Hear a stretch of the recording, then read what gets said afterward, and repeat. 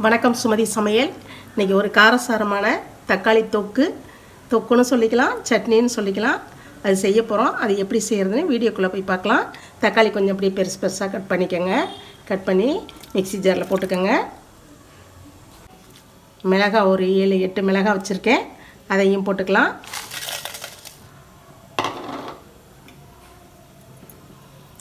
சின்ன துண்டு புளி வச்சுருக்கேன், நெல்லிக்காய் சைஸ் இருக்கும், இந்த புளியும் போட்டுக்கலாம்.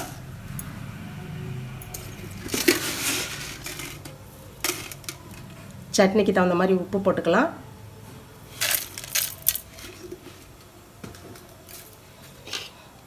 இதையெல்லாம் நல்லா அரைச்சிட்டு வந்துடுவோம். நல்லா நைஸாக அரைச்சிட்டு வந்துட்டேன். இதை அப்படியே ஒரு பக்கம் வச்சுக்குவோம். நான் சின்ன பூண்டாக வச்சுருக்கேன், ஒரு 25-30 பூண்டு இருக்கும். அதை போட்டு நல்லா இடிகல்ல போட்டு நல்லா நச்சுக்கலாம்.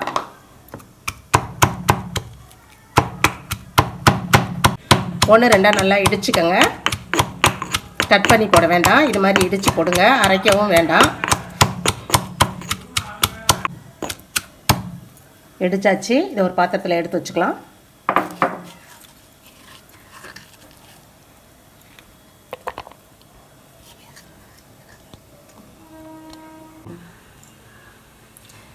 சட்னி தாளிக்கிறதுக்கு ஸ்டவ்வில் கடாய் வச்சுருக்கேன். நல்லெண்ணெய் ஊற்றிக்கலாம். நல்லெண்ணெய் கொஞ்சம் நிறைய ஊற்றிக்கங்க.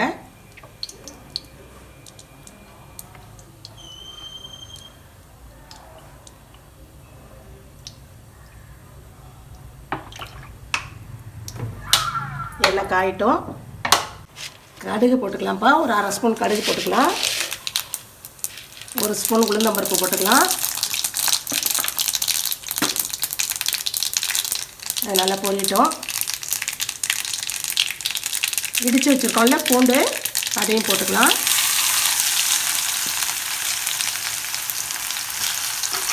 இந்த பச்சை வடை போகிற வரலையும் நல்லா வதக்கிக்கலாம் பூண்டை.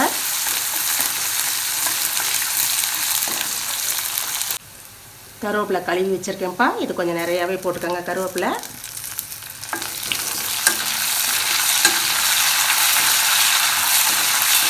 பூண்டு நல்லா வதங்கி வந்துருச்சு, கருவேப்பிலையும் வதங்கிருச்சு. இப்போ பெருங்காயம் போட்டுக்கலாம். கொஞ்சமாக பெருங்காயம் போட்டுக்கோங்க. பெருங்காய பொடி பாதி. நல்லா வதக்கிக்குவோம். பூண்டு நல்லா வதங்கணும், இந்த பச்சை ஸ்மெல் எல்லாம் போகணும். அது வரலையும் பூண்டு நல்லா வதக்கிக்கோங்க. நல்லா வதங்கிருச்சு. இப்போ சட்னி எடுத்து கொட்டிக்குவோம். நல்லா நைஸாக அரைச்சி வச்சுருக்கேன். இந்த சட்னி எடுத்து தாளிப்பில் எடுத்து போட்டுக்குவோம்.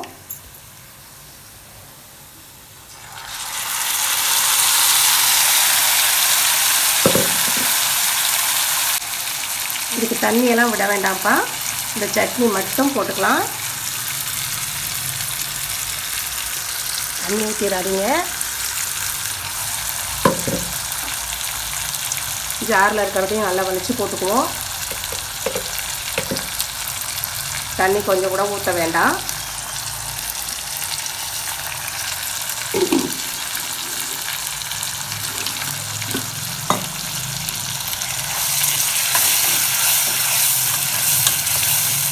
இந்த பச்சை வடை போகிற வரலையும் மூடி வச்சு அப்புறம் கொஞ்சம் சிம்லேயே வச்சு வேக விடுவோம்.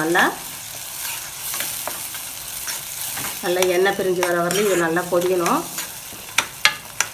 அப்படியே தெளிக்கும், அதனால் மூடி வச்சுக்கலாம்.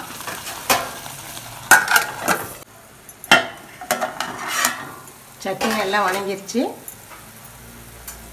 நல்லா எண்ணெய் பிரிஞ்சு வந்திருக்கு பாருங்கள். பச்சை வடையெல்லாம் போய் நல்லா எண்ணெய் பிரிஞ்சு வந்திருக்கு. இந்த பூண்டெல்லாம் பாருங்கள் நல்லா முத்து முத்தாக இருக்குது பாருங்கள். இதை நீங்கள் தோசைக்கு, சப்பாத்திக்கு, இட்லிக்கு எதுக்கு வேணாலும் வச்சு சாப்பிட்லாம். ஈவன் சாதம், நம்ம சாதம் வடித்து சாதத்துக்கு கூட போட்டு சாப்பிட்லாம். ரொம்ப நல்லாயிருக்கும். இதே மாதிரி நீங்களும் செஞ்சு பாருங்கள். செஞ்சு பார்த்துட்டு சாப்பிட்டுட்டு சுமதி சமையலுக்கு லைக் பண்ணுங்கள், ஷேர் பண்ணுங்கள், சப்ஸ்கிரைப் பண்ணுங்கள். தேங்க்யூ.